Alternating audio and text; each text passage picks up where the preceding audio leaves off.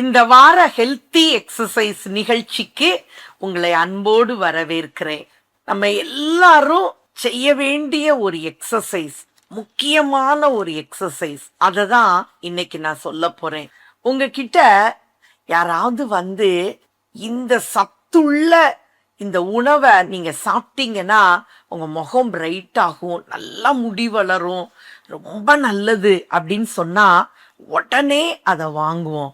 நான் உங்களுக்கு சொல்லி கொடுக்க போற அந்த எக்ஸசைஸும் அது உங்க வாழ்க்கைக்கு ரொம்ப ரொம்ப தேவையானது, ரொம்ப முக்கியமானது, வயது வித்தியாசமே இல்லாம எல்லாரும் பின்பற்ற வேண்டியது.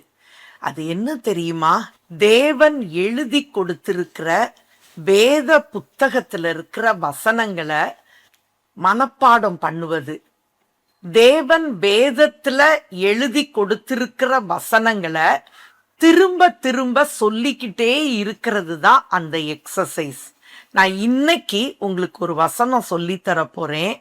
அந்த வசனத்தை வீட்டில் உட்கார்ந்துருக்கும் போது சொல்லி பாருங்க, நடக்கும்போது சொல்லி பாருங்க, தாளிச்சு சமையல் செய்யும் போது சொல்லி பாருங்க, பஸ் ஸ்டாப்ல நிற்கும் போது சொல்லுங்க, நைட்டு படுத்திருக்கும் போது சொல்லுங்க. திரும்ப திரும்ப அந்த வசனத்தை சொல்லிக்கிட்டே இருங்க. நீங்க சொல்ல வேண்டிய வசனம் என்ன தெரியுமா? இந்த வாரத்துக்கான வசனம் சங்கீதம் 1:2 கர்த்தருடைய வேதத்தில் பிரியமாயிருந்து இரவும் பகலும் அவருடைய வேதத்தில் தியானமாயிருக்கிற மனுஷன் பாக்கியவான். பிரியம் நமக்கு எது மேல இருக்குதோ அத காலையிலிருந்து இரவு வரைக்கும் பல தடவை நம்ம பயன்படுத்துவோம். அதை அடிக்கடி தேடுவோம். அது எப்பயும் நம்ம கிட்டயே இருக்கும். அது இல்லைன்னா முடியாதுன்ற அளவுக்கு அது நம்ம வாழ்க்கையில ஒரு முக்கிய இடம் பிடிச்சிரும். அப்படி இன்னைக்கு பிரியத்தை சம்பாதிச்சு நம்ம வாழ்க்கையில இடம் பிடிச்சிருக்கிறது என்ன தெரியுமா? நம்ம போன் தான். காலையில எந்திரிச்ச உடனே அப்படியே கைய அப்படியே நீட்டி தடவி போனை எடுக்கிறோம். யார் இன்னைக்கு மெசேஜ் பண்ணியிருக்கிறா, என்ன பண்ணியிருக்கிறாங்க அப்படின்னு ஆர்வமா அதை வாசிக்கிறோம்.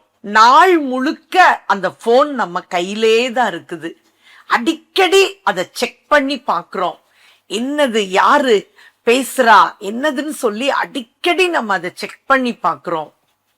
இப்படி போன் நம்முடைய பிரியத்தை பெற்றிருக்குதே. நம்ம வேதத்தை பிரியமா நம்ம வாசிக்கிறோமா? பிரியமா காலையில எந்திரிச்ச உடனே ஏசப்பா எனக்கு இன்னைக்கு என்ன எனக்கு சொல்ல போறாங்க அப்படின்னு சொல்லி ஆசையா நம்ம பாக்குறோமா? ஆசையா அதை வாசிக்கிறோமா? அதை வாசிக்கிறதுக்கு எவ்வளோ நேரம் எடுக்கிறோம்? வாசிச்ச வசனத்துல ஏசப்பா இன்னைக்கு என்னோட என்ன பேசுனாங்க அப்படின்னு சொல்லி அதை திரும்ப திரும்ப ரீகலெக்ட் பண்ணி பாக்குறோமா? யோசித்து பாக்குறோமா? அந்த வசனத்துக்குள்ள என்ன இருக்குது அப்படின்னு சொல்லி அதை பிரியமா அதை ஆராய்ஞ்சு அதை தியானிச்சு நம்ம பாக்குறோமா? இந்த வசனம் என்ன சொல்லுது?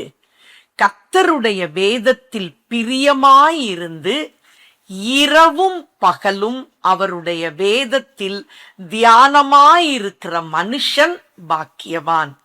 இந்த வசனத்தை இந்த வாரம் ஃபுல்லும் நீங்க சொல்லிட்டே இருக்க போறீங்க, திரும்ப திரும்ப சொல்ல போறீங்க.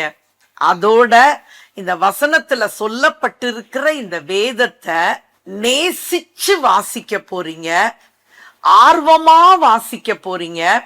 இந்த வாரம் எல்லாம் ஏசப்பா உங்களோட என்ன பேசுனாங்கன்றத எழுதி வச்சு நீங்க பார்க்க போறீங்க.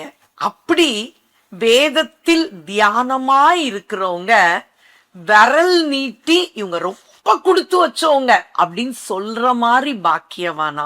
நம்ம யார் யாரையோ பார்த்து இவங்கெல்லாம் ரொம்ப கொடுத்து வச்சிருக்கிறாங்க அப்படின்னு நம்ம நினைக்கிறோம்ல.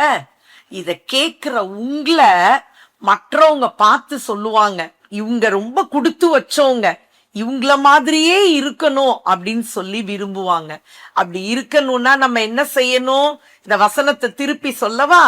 கர்த்தருடைய வேதத்தில் பிரியமாயிருந்து இரவும் பகலும் அவருடைய வேதத்தில் தியானமாயிருக்கிற மனுஷன் பாக்கியவான். அடுத்த நிகழ்ச்சியில சந்திப்போமா?